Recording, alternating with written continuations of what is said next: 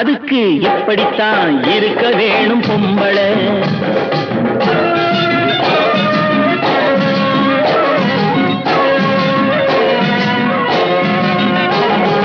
உடல் அழகை ஊரு மெச்ச காட்டக்கூடாது, மேலே உடுப்புகளை இடுப்பு தெரிய மாட்டக்கூடாது.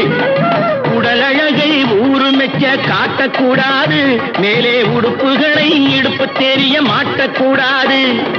உதட்டு மேலே சிவப்பு சாயம் தீட்டக்கூடாது, ஏர் உழவருக்கு ஏற்ற பண்பை மாற்றக்கூடாது.